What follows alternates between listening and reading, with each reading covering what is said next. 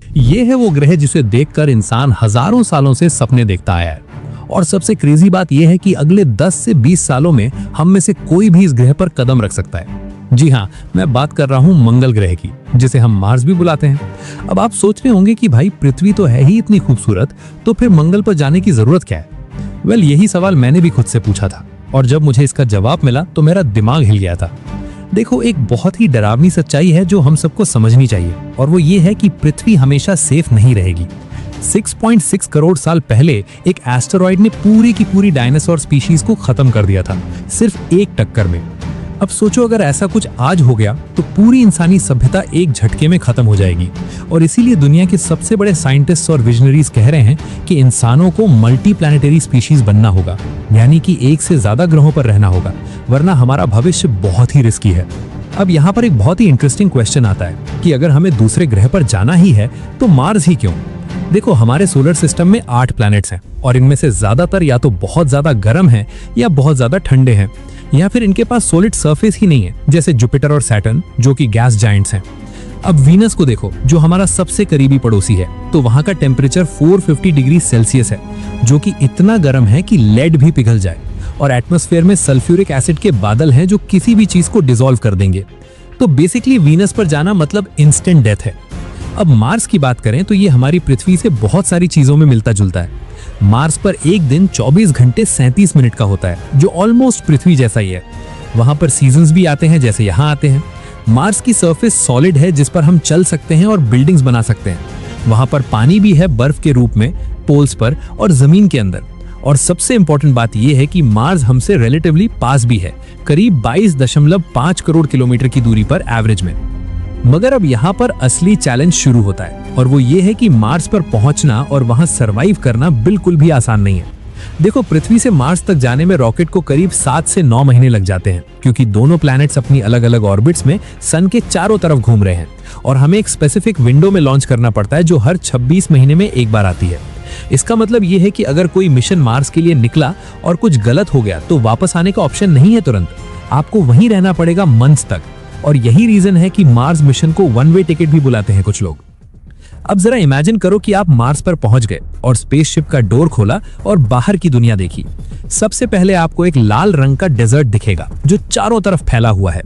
Mars को red planet इसीलिए बुलाते हैं क्योंकि वहां की सॉइल में आयरन ऑक्साइड है, जिसे हम रस्ट भी कहते हैं, और यही उसे लाल रंग देता है। आसमान की तरफ देखोगे तो वो भी अजीब सा पिंकिश ब्राउन दिखेगा, पृथ्वी जैसा नीला नहीं। अब यहाँ पर पहला बड़ा प्रॉब्लम आता है कि मार्स का एटमॉस्फेयर बहुत ही थिन है। कितना थिन है ये समझो कि पृथ्वी के एटमॉस्फेयर का सिर्फ 1% है मार्स का एटमॉस्फेयर, और जो थोड़ा बहुत एटमॉस्फेयर है वो 95% कार्बन डाइऑक्साइड से बना है, जो हमारे लिए पॉइजनस है। मतलब अगर आपने स्पेस सूट उतारी तो आप सिर्फ 15 सेकेंड्स में बेहोश हो जाओगे और 2 मिनट में आपकी डेथ हो जाएगी। तो बेसिकली मार्स पर बिना स्पेशल इक्विपमेंट के 1 मिनट भी सरवाइव करना इम्पॉसिबल है। टेम्परेचर की बात करें तो मार्स पर एवरेज टेम्परेचर -60 डिग्री सेल्सियस है। ये इतना ठंडा है कि अंटार्कटिका भी इसके सामने गर्म लगे, और कभी कभी तो टेम्परेचर -125 डिग्री सेल्सियस तक गिर जाता है, जो इतना एक्सट्रीम कोल्ड है कि आपका खून भी जम जाए। अब रेडिएशन का इशू भी है जो बहुत सीरियस है। देखो, पृथ्वी पर हमारे पास एक मैग्नेटिक फील्ड है जो सन से आने वाली हार्मफुल रेडिएशन को ब्लॉक कर देती है, मगर मार्स के पास ये मैग्नेटिक फील्ड नहीं है, और इसीलिए वहां पर कॉस्मिक रेडिएशन और सोलर रेडिएशन डायरेक्टली सरफेस पर आती है। 1 साल मार्स पर रहने से आपको उतनी रेडिएशन मिलेगी जितनी पृथ्वी पर 8 साल में मिलती है, और ये रेडिएशन कैंसर का रिस्क बहुत ज्यादा बढ़ा देती है। तो बेसिकली मार्स एक हॉस्टाइल एनवायरनमेंट है जो हर तरीके से आपको मारने की कोशिश करेगा। अब सवाल यह है कि अगर मार्स इतना डेंजरस है तो फिर हम वहां जाना चाहते क्यों हैं और जाएंगे कैसे? देखो, करंटली दुनिया की सबसे एम्बिशियस कंपनी जो मार्स पर जाने की तैयारी कर रही है वो है स्पेसएक्स, जिसके फाउंडर एलॉन मस्क हैं। एलॉन मस्क ने बिल्कुल क्लियरली कहा है कि उनका अल्टीमेट गोल मार्स पर एक सेल्फ सस्टेनिंग सिटी बनाना है जिसमें 10 लाख लोग रह सकें। अब ये सुनने में बहुत क्रेजी लगता है, लेकिन जब आप देखोगे कि स्पेसएक्स क्या बना रही है तो आपको लगेगा कि ये सपना पूरा हो सकता है। स्पेसएक्स ने स्टारशिप नाम का एक रॉकेट बनाया है जो अब तक का सबसे पावरफुल और सबसे बड़ा रॉकेट है।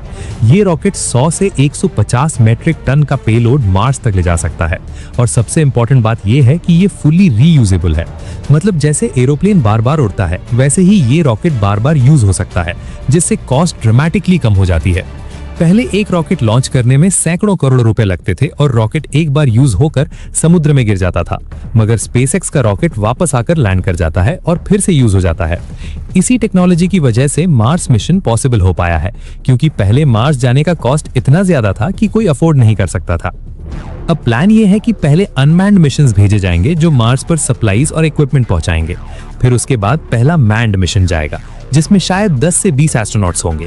ये पहले लोग वो ब्रेव सोल्स होंगे जो जानते हुए भी जाएंगे कि शायद वो कभी वापस ना आए।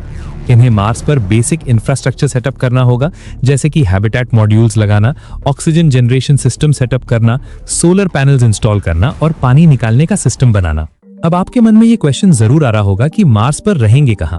देखो, शुरुआत में तो एस्ट्रोनॉट्स प्री फैब्रिकेटेड हैबिटेट्स में रहेंगे जो पृथ्वी से ही भेजे रहेंगे। ये बेसिकली बड़े बड़े प्रेशराइज्ड पॉड्स होंगे जिनके अंदर कंट्रोल्ड एनवायरनमेंट होगा, टेम्परेचर रेगुलेट होगा, ऑक्सीजन सप्लाई होगी और रेडिएशन प्रोटेक्शन होगी।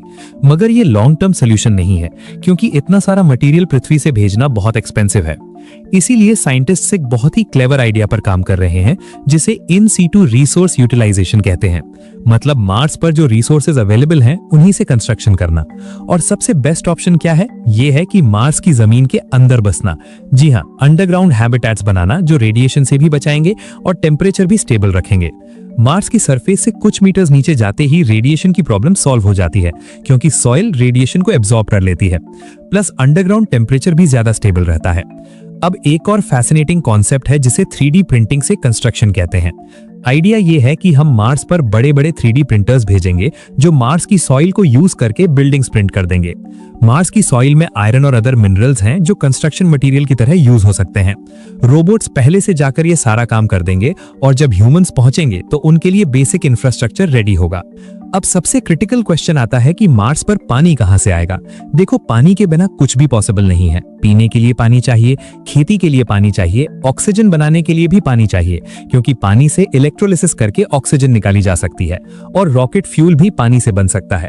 अब गुड न्यूज ये है कि मार्स पर पानी है और काफी अमाउंट में है। मार्स के पोल्स पर बर्फ की लेयर्स हैं जो मिलियंस ऑफ क्यूबिक किलोमीटर्स पानी होल्ड करती हैं। प्लस मार्स की सब सरफेस में भी बर्फ है, जमीन के कुछ मीटर्स नीचे। तो बेसिकली पानी की कमी नहीं है, बस उसे एक्सट्रैक्ट करने की टेक्नोलॉजी चाहिए। नासा और स्पेसएक्स दोनों वाटर एक्सट्रैक्शन पर काम कर रहे हैं। प्लान ये है कि ड्रिल से जमीन खोदी जाएगी और बर्फ को गर्म करके पानी में कन्वर्ट किया जाएगा। ये पानी फिर प्यूरिफाई होगा और यूज के लिए रेडी होगा। और एक बार पानी मिल गया तो बहुत सारी प्रॉब्लम सॉल्व हो जाती हैं। अब खाने की बात करें, मार्स पर मैकडॉनल्ड्स तो नहीं है, तो खाना कहां से आएगा? शुरुआत में तो पैकेज्ड फूड पृथ्वी से भेजा जाएगा, लेकिन ये सस्टेनेबल नहीं है, इसीलिए मार्स पर फार्मिंग करनी होगी। अब मार्स की सॉइल में कुछ केमिकल्स हैं जो प्लांट्स के लिए टॉक्सिक हैं, जैसे परक्लोरेट्स। इसीलिए डायरेक्टली मार्स की सॉइल में खेती नहीं हो सकती। मगर साइंटिस्ट्स ने हाइड्रोपोनिक्स और एरोपोनिक्स जैसे टेक्निक्स डेवलप किए हैं जिनमें सॉइल की जरूरत ही नहीं होती। प्लांट्स को न्यूट्रिएंट रिच वाटर में ग्रो किया जाता है कंट्रोल्ड एनवायरनमेंट में।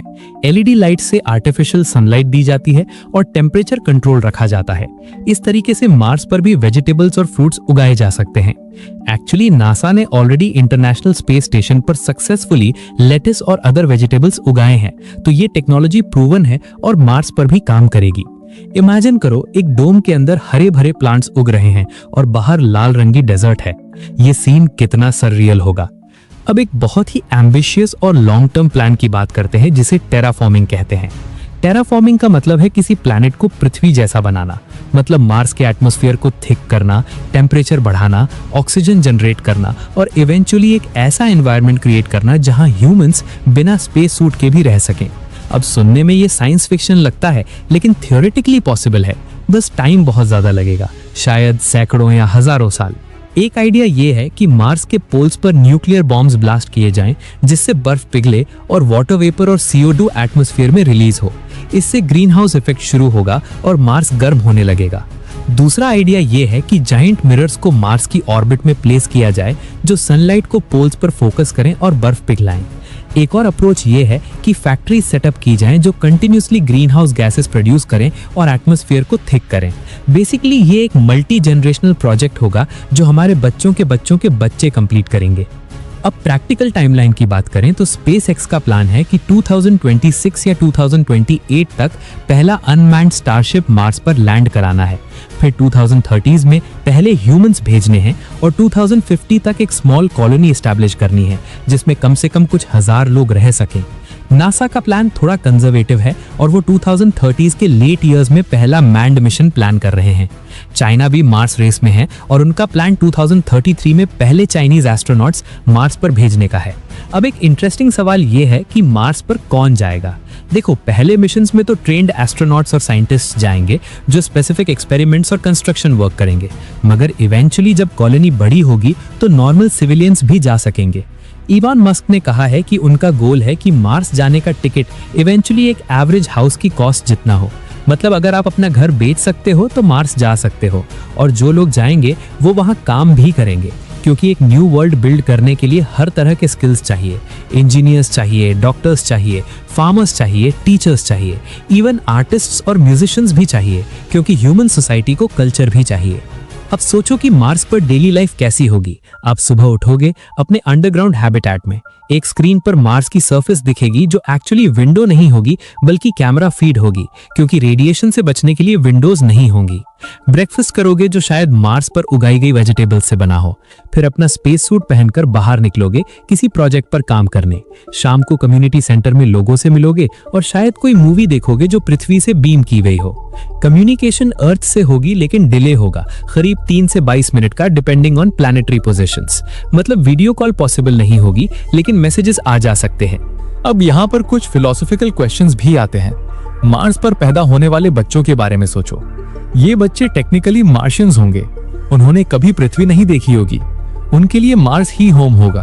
और क्योंकि मार्स की ग्रेविटी पृथ्वी की 38% है, तो ये बच्चे डिफरेंटली डेवलप होंगे, उनकी बोन्स और मसल्स डिफरेंटली ग्रो होंगी, और शायद कुछ जनरेशंस बाद मार्शियन ह्यूमंस फिजिकली अर्थ ह्यूमन से डिफरेंट हो जाए।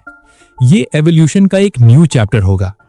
एक और इंपॉर्टेंट पॉइंट है गवर्नेंस का। मार्स पर कौन से लॉज होंगे?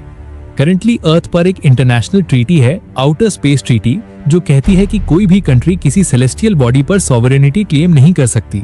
मतलब मार्स किसी कंट्री का नहीं है। तो जब वहां कॉलोनी बनेगी तो वो किसके रूल से चलेगी? क्या वो इंडिपेंडेंट होगी या किसी अर्थ गवर्नमेंट के अंडर होगी? ये सारे क्वेश्चंस अभी अनआंसर्ड हैं और प्रोबेबली पहली कॉलोनी बनने के बाद ही इनके आंसर्स आएंगे। कुछ लोग कहते हैं कि मार्स एक फ्रेश स्टार्ट का मौका है, जहां हम ह्यूमैनिटी की मिस्टेक्स रिपीट नहीं करेंगे और एक बेटर सोसाइटी बिल्ड करेंगे। अब इकोनॉमिक्स की बात करें तो मार्स कॉलोनाइजेशन एक एक्सट्रीमली एक्सपेंसिव प्रोजेक्ट है। एस्टिमेट्स वेरी करते हैं, लेकिन पहले 1 मिलियन लोगों को मार्स पर सेटल करने में शायद 100 बिलियन से 1 ट्रिलियन डॉलर्स लग सकते हैं। ये सुनने में बहुत ज्यादा लगता है, लेकिन कॉन्टेक्स्ट में देखो तो हर साल पूरी दुनिया मिलिट्री पर इससे ज्यादा खर्च करती है। तो रिसोर्सेस तो हैं, बस प्रायोरिटीज चेंज करने की जरूरत है। और लॉन्ग टर्म में मार्स प्रॉफिटेबल भी हो सकता है। मार्स पर रेयर मिनरल्स हो सकते हैं जो पृथ्वी पर कम हैं। प्लस मार्स से एस्ट्रॉइड्स माइन करना इजियर होगा क्योंकि मार्स एस्ट्रॉइड बेल्ट के पास है। और सबसे बड़ी चीज ये है कि टेक्नोलॉजी जो मार्स मिशन के लिए डेवलप होगी वो पृथ्वी पर भी यूज होगी। जैसे अपोलो मिशंस ने कितनी टेक्नोलॉजीज दी जो आज हमारी डेली लाइफ में है। वाटर प्यूरिफिकेशन से लेकर कंप्यूटर चिप्स तक सब स्पेस प्रोग्राम की देन है। अब मैं आपको एक रियलिस्टिक पिक्चर देता हूं कि अगले 50 इयर्स में क्या हो सकता है। 2030s में पहले ह्यूमंस मार्स पर लैंड करेंगे। ये एक स्मॉल टीम होगी जो कुछ मंथ्स रहकर वापस आएगी। 2040s में परमानेंट आउटपोस्ट एस्टैब्लिश होगा जहां रिसर्चर्स कंटिन्यूअसली रहेंगे। 2050s में पहली प्रॉपर कॉलोनी बनेगी जिसमें शायद कुछ 100 लोग हों। 2060s और 2070s में कॉलोनी एक्सपैंड होगी और हजारों लोग रहने लगेंगे। और सेंचुरी के एंड तक शायद मार्स पर एक फुल फ्लेजेड सिटी हो जिसमें लाखों लोग रहें। ये एम्बिशियस लगता है, लेकिन रिमेंबर करो कि 1903 में राइट ब्रदर्स ने पहली एयरप्लेन उड़ाई थी और सिर्फ 66 साल बाद 1969 में हम चांद पर थे। ह्यूमन प्रोग्रेस एक्सपोनेंशियल है, लीनियर नहीं। अब फाइनली मैं आपसे एक पर्सनल थॉट शेयर करना चाहता हूँ। मार्स कॉलोनाइजेशन सिर्फ एक साइंटिफिक अचीवमेंट नहीं है, ये ह्यूमैनिटी की स्पिरिट का रिप्रेजेंटेशन है।